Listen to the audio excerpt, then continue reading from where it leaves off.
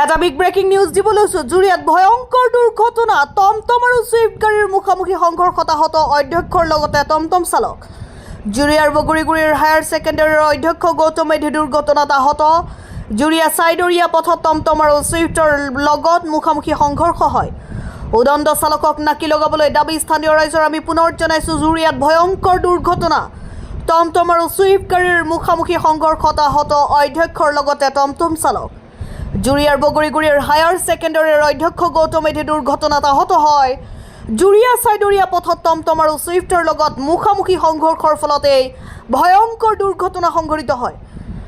উদণ্ড চালকক নাকি লগাবলৈ দাবী স্থানীয় ৰাইজৰ। ছাৰ, আজি দেখা গৈছে আপুনি যেনে তেনে প্ৰাণ ৰক্ষা হৈছে বুলি ক'ব লাগিব। কি হৈছিলে আজি? তাৰমানে মই স্কুললৈ যেতিয়া আহি আছিলোঁ, আহি থাকোঁতে এই ৰাস্তাখিনি স্কুলৰ ওচৰতে হঠাৎ মানে সিফালে দেখিলোঁ এখন টমটম ৰৈ আছে আৰু এখন আহি আছে। সেই টমটমখন হঠাতে ঘূৰি মোৰ সন্মুখতে লুটি খাই গ'ল আৰু মই বচাবলগীয়া হ'ল। আৰু মই প্ৰস্তুতেই নাছিলোঁ সেইখন যে সন্মুখলৈ আহি যাব।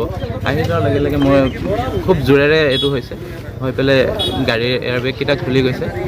আমি যিটো খবৰ পাইছোঁ, যিটো গাড়ীৰ টমটম চালক ড্ৰাইভাৰ আছিলে, সৰু ল'ৰা আছিল নেকি? হয়তো মোৰ ইমানখিনি চকুত পৰা নাই আৰু, কিন্তু আপোনাৰ গাড়ীখন ডাইৰেক্টে খুন্দা মাৰিছে। ডাইৰেক্ট মানে তাতে হেৰি হৈ গ'ল আৰু ওপৰলৈ আপোনাক যেনে তেনে আৰু ৰক্ষা কৰিছে। নিশ্চয় মই পোনপ্ৰথমে গাৰ্জেনসকলক অনুৰোধ কৰিম যাতে আপোনালোকৰ ল'ৰাবিলাকে কম বয়সীয়া ল'ৰা যিবিলাকৰ ড্ৰাইভিং নাই, তেওঁলোকে কেনেকৈ গাড়ী চলাব। এটা বাইকত 3-4টা ল'ৰা উদ্ভণ্ডালিকৈ গাড়ী লৈ চলি থাকে।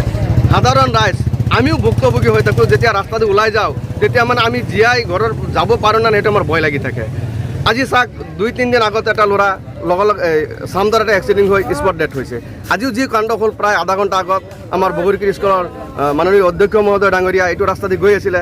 এজন টমটম চালকৰ যিটো উদ্ভণ্ডালি কৰি আহি খুন্দা লগাই দিছে ছাৰক, একদম ৰং ছাইডত লগাই দিছে। যেনে তেনে ছাৰৰ প্ৰাণ ৰক্ষা হৈছে। আৰু সেইজন ল'ৰা এতিয়া কেনেকুৱা অৱস্থা আছে মই গম পোৱা নাই। আজি চাওক, এইখিনি অৱস্থা গাড়ীৰ যিটো অৱস্থা হৈ আছে আপুনি নিশ্চয় দেখা পাইছে। আমি প্ৰশাসনক দাবী জনাইছোঁ যাতে অতি সোনকালে এই কম বয়সীয়া উদ্ভণ্ড ল'ৰাবিলাকে যিবিলাক টমটমেই হওক বা বাইকবিলাকে চলাই থাকে তেওঁলোকৰ প্ৰতি অলপ প্ৰশাসন কঠোৰ হ'ব লাগে। আৰু ৰাইজক কি আহ্বান জনাব? যিহেতু প্ৰশাসন অকল প্ৰশাসনে সজাগ হ'লে নহ'ব, ৰাইজেও সজাগ হ'ব লাগিব। নিশ্চয় ৰাইজেও সজাগ হ'ব লাগিব। আমিও যুৱকসকলে বা দল সংগঠনে বহুত সময়ত আমি এই ৰাস্তা দি যিবিলাক উদ্ভণ্ড ল'ৰাবিলাকে গাড়ী চলাই থাকে, আমি বহুত তেওঁলোকক প্ৰটেকশ্যন দিওঁ। মাজে মাজে আমি তেওঁলোকক বুজনিও দিওঁ।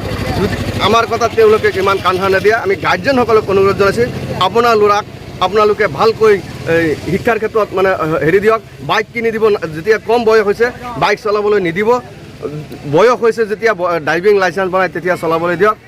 এইখিনি গাৰ্জেনে সচেতন হ'ব লাগে। আৰু প্ৰশাসনক পুনৰবাৰ অনুৰোধ জনাইছোঁ, এইবিলাক উদ্ভণ্ডালী বাইক চালকসকলক বা উদ্ভণ্ডালী টমটম পিলপিলি চালকসকলক অতি সোনকালে নাকি লগাব লাগে।